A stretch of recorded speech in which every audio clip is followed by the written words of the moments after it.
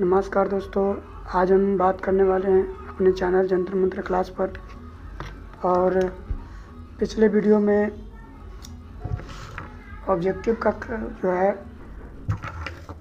Video upload किए थे, video class आपको दिए थे और कैसा लगा उसमें आपको कमेंट किए थे कि वीडियो साफ नहीं दिख रहा है।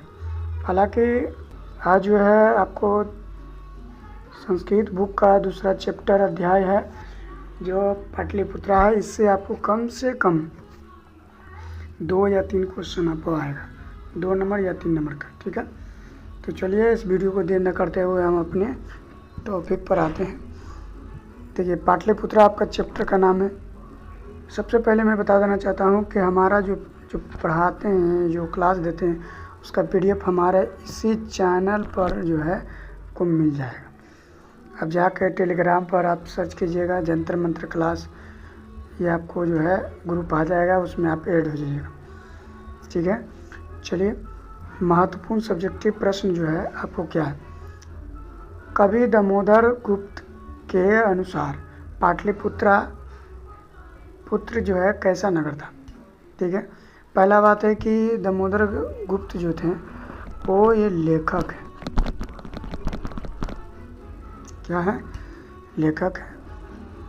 इन देखिए, लेखक हैं। कवि दामोदर गुप्ता ने पाटलिपुत्रा की प्रशंसा की है। उनके अनुसार पाटलिपुत्रा पटना महानगर पृथ्वी पर बसे नगरों में श्रेष्ठ है। ठीक है, जो नगर है उस महानगर में आता है ये। पटना जो है पाटलिपुत्रा के नाम से जाना जाता था और आज भी है। यहाँ सरस्वती के वंशज यानी विद्वान लोग बसते हैं। कवि ने इस महानगर की तुलना इंद्र की नगरी स्वर्ग से की है। गंगा नदी के किनारे अवस्थित होने के कारण यहाँ लोग स्वस्थ होते हैं। पहला बात यह है कि यह पाटलिपुत्रा जो है गंगा किनारे बसा हुआ है। यहाँ पर जो है बहुत बड़े बड़े विद्वान और सम्राट जो है यहीं से जन्म लेकर और संघर्ष शुरू किए और इसी के नाम से पाटलिपुत्रा का जो है वैभव अतिकृष्ट है। ठीक है, अब अगला क्वेश्चन पर हम लोग चलते हैं। ये क्वेश्चन आता है, ध्यान दीजिएगा। ये क्वेश्चन जो है, चंद्रगुप्त मौर्य तथा सम्राट अशोक के समय पाटलिपुत्रा की व्यवस्था जो है कैसी थी, मतलब कैसा नगर था। व्यवस्था कहिए या नगर। चंद्रगुप्त मौर्य के समय पाटलिपुत्रा की रक्षा व्यवस्था काफ़ी मजबूत थी। उस समय जो चंद्रगुप्त है सुंदर सुदृढ़ जो है और रक्षा व्यवस्था एकदम मजबूत थी, जिससे कोई भी किसी भी तरह के आक्रमित नहीं हो सकता था। यहाँ सुंदर नगर था। अशोक सम्राट शासन काल में नगर का वैभव और अधिक समृद्ध हुआ। मतलब उस समय तो काफ़ी कम रहा, लेकिन जब अशोक सम्राट बना तो उस समय पाटलिपुत्रा के जो राजधानी बना वो काफ़ी उससे चर्चित रहा और आगे चलकर वो नाम हुआ। एक यूनानी राजदूत ने अपनी पुस्तक में इसकी चर्चा की है। उन्होंने लिखा है यह नगर दर्शनीय है। दर्शनीय का मतलब यहाँ पर गुरु नानक, गुरु गोविंद सिंह का यहाँ जो है श्री गुरुद्वारा है। यहाँ दुर्गा पूजा, पटन देवी, गोलघर ये इत्यादि ये सब क्या है, यहाँ का जो है दर्शनीय स्थल है।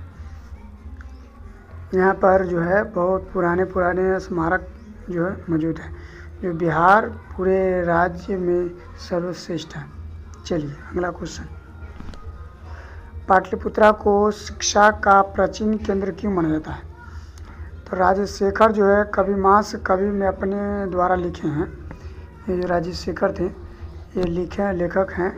ये लिखे हैं अपने कहानी में कि पाटलिपुत्रा की गौरव की जानकारी मिलती है। यह पाटलिपुत्रा की शिक्षा केंद्र था। कैसे केंद्र था तो देखिए, यहाँ संस्कृत के अनेक विद्वान हुए करते थे, जैसे कि पाणिनि, पिंगल, वररुचि तथा पतंजलि की जो है परीक्षा यहीं ली गई थी। यहीं पर ही जो नालंदा विश्वविद्यालय है वहीं पर ही जो है इनके होता था, परीक्षा होता था और यहाँ बड़े बड़े विद्वान देश विदेश से आते थे। उन्होंने खासियत प्राप्त की थी कि उन्हें जानकारी मिला और इन्होंने अपना कहानी में क्या किया, नोट की। और नालंदा विश्वविद्यालय जो है बख्तियार खिलजी के द्वारा जो है जला दिया गया था, ऐसा इतिहास में बताया जा रहा है। और है जो बिहार को जो आक्रमण किया था तो लौटते समय उन्हें बख्तियार खिलजी ने नालंदा विश्वविद्यालय को जला दिया था, जो कि काफ़ी जो है यहाँ पर पुराने ऐतिहासिक विद्वानों को लेकर जाना जाता है कि यहाँ परीक्षा केंद्र और शिक्षा दी जाती थी। चलिए अगला क्वेश्चन, प्राचीन महोत्सव का वर्णन करना है। तो पाटलिपुत्रा का जो प्राचीन महोत्सव है उसका वर्णन करना है। तो हम आपको बताए थे कि यहाँ जो है अनेक प्रकार का जो है पूजा पाठ वगैरह महोत्सव धूमधाम से मनाया जाता है। जैसे देखिए पाटलिपुत्रा शीतकाल हुआ, शीतकाल लिखा हुआ, शीतकाल हुआ, कमोदी महोत्सव मनाया जाता है। ठीक है, कमोदी महोत्सव जैसे हो गया गुरु नानक जयंती, दुर्गा पूजा, छठ महापर्व मनाया जाता है।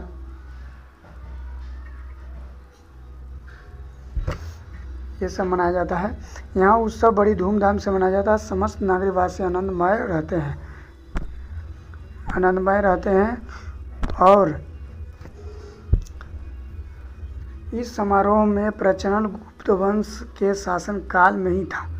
यहाँ पर बहुत बड़े प्रोग्राम मतलब त्यौहार महोत्सव मनाया जाता है। आजकल जिस तरह दुर्गा पूजा मनाई जाती है उस तरह प्राचीन काल में कमोदी महोत्सव बड़ी धूमधाम से मनाया जाता था। आज बहुत बड़े पैमाने पर दुर्गा पूजा का जो है महोत्सव मनाया जाता है, उसी तरह से कमोदी मतलब प्राचीन काल में मनाया जाता था। इसका वर्णन इस कहानी में किया गया। चलिए अगला क्वेश्चन, भगवान बुद्ध ने पाटलिपुत्रा के बारे में क्या कहा था। हम आपको ऑब्जेक्टिव में ही सुनाए थे।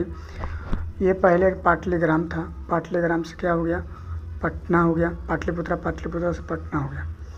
भगवान बुद्ध ने पाटलीग्राम के बारे में कहा था कि यह गांव एक महानगर होगा, लेकिन यह क्या है, परस्पर लड़ाई, आग, बाढ़ के भय से सदा पीत रहेगा।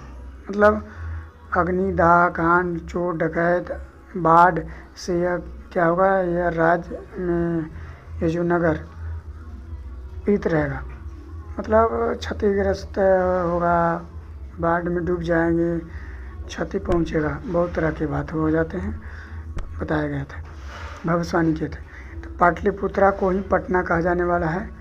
उस समय जिस समय बुद्ध ने ये बात जब भविष्यवाणी की तो आज वो है बात सत्य हो गई। आज जो है वो सच हो रही है। जो लोग आज आग और बाढ़ से प्रभावित हैं, सिख संप्रदाय के लोग पटना क्यों महत्वपूर्ण हैं। सिख संप्रदाय के लिखे, ये 2013 में पूछा है। तो देखिए क्वेश्चन कह रहा है, सिख संप्रदाय के लोग के लिए पटना नगर पूजनीय स्थल अवस्थित है। यहाँ उनके 10वें गुरु गोविंद सिंह, ठीक है, जी का जन्म स्थल है। उसमें मार दिया था अर्जुन में, गलत हो गया। यहाँ गुरु गोविंद सिंह 10वें थे और यहाँ स्थल गुरुद्वारा के नाम से जाना था। यहाँ का जो स्थल है गुरुद्वारा के नाम से जाना, जहाँ पटना सिटी में ये है। देश विदेश से सिख संप्रदाय के लोग यहाँ क्या करते हैं, अन्य संप्रदाय के लोग भी तीर्थ यात्रा के लिए दर्शन के लिए जाते हैं। यह जब महोत्सव आते हैं तो दूर दूर से यहाँ जो है पटना जंक्शन से स्पेशल जो है यहाँ से गाड़ी खुलती है पटना सिटी के लिए घर। गुरु गोविंद सिंह की जयंती के समय यहाँ तीर्थ यात्रा के लिए अनेक लोग भी संप्रदाय के लोग भी आते हैं और यहाँ लंगर भी लगता है और यहाँ पर बहुत धूमधाम से जो है मनाया जाता है।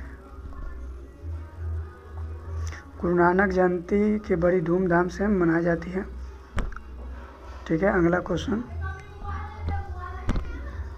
लेखक के विचार से प्राचीन काल से आज तक पाटलिपुत्रा किस प्रकार का नगर रहा है। लेखक के विचार से पाटलिपुत्रा सभी कालों के अत्यंत महत्व रहा है। वे कहते हैं कि पाटलिपुत्र नगर जो है प्राचीन काल से लेकर आज तक राजनीतिक, धार्मिक, औद्योगिक, शिक्षा के क्षेत्र में क्या है, वैभव मतलब आकर्षित, यहाँ ध्यान आकर्षित करता है। ये जितने भी है राजनीतिक क्षेत्र, धार्मिक क्षेत्र, औद्योगिक क्षेत्र, यह क्या है, हमारा नगर का ध्यान आकर्षित करता है। जो पाटलिपुत्र में कई विदेशी यात्री भी अपने आए और यहाँ पर रहें, टिके, और इन पाटलिपुत्र के बारे में जो है लिखे हैं। अगला क्वेश्चन, शिक्षा के संबंध में पाटलिपुत्र वैभव के पाठ के लेखक के विचार, क्या विचार है? तो ये लिखते हैं, प्रस्तुत पाठ के लेखक के जो है बताए हैं कि सरस्वती के वंश पाटलिपुत्र में ही रहते थे। मतलब यहाँ बड़े बड़े विद्वान रहते थे, जैसे कि पाणिनि, पिंगल, वररुचि आदि, पतंजलि, ये जो महान जो विद्वान थे यहाँ रहते थे। यहाँ परीक्षा ली गई थी। इससे ज्ञात होता है कि पाटलिपुत्र प्राचीन काल से पाटलिपुत्र शिक्षा का एक महान केंद्र रहा है। अगला क्वेश्चन, लेखक धार्मिक दृष्टि से पटना के विषय में क्या कहना चाहते हैं? लेखक का कहना है कि पटना जो है प्राचीन काल से धार्मिक नगर भी रहा है और आज भी नगर की पालिका देवी पटन देवी अगम कुआं में है। यह सिख के लिए भी पूजनीय स्थल है, जो विश्व प्रसिद्ध गुरु द्वार जो है यहाँ अवस्थित है। मतलब पटना सिटी में है और ये अगम कुआं में है, पटन देवी अगम कुआं में। यह देखने का और घूमने का तृतीय स्थल जो है माना जाता है। तथा प्राचीन काल से यहाँ लोग आनंदमय होकर कामोदी महोत्सव का आयोजन आज दुर्गा पूजा की भांति करते हैं। जैसे दुर्गा पूजा मनाते हैं उसी तरह से कामोदी महोत्सव मनाते हैं। गुरु नानक जयंती भी मनाते हैं। पटन देवी में भी जो है इसका महोत्सव जो है नवरात्रि के समय देखा जाता है। चलिए दोस्तों, ये हमारा चैप्टर है और ये हमारा टेलीग्राम का जो है दिया हुआ लिंक है। आप इसे टाइप करके आप जो है इस PDF को ले सकते हैं। और हम आप लोग से अनुरोध करते हैं कि ये वीडियो जो है बहुत मेहनत से बनाते हैं और ये जो है वीडियो आप लोग के लिए इम्पोर्टेंट है, जो कि एग्ज़ाम के लेकर। चैनल पर नए हैं तो सब्सक्राइब कर लीजिए ताकि वीडियो आपको नोटिफिकेशन सबसे पहले मिल जाए और आप इस एग्ज़ाम के लेकर जो तैयारी कर रहे हैं इससे आप पीछे न रह जाएं और साथ शेयर करें। धन्यवाद।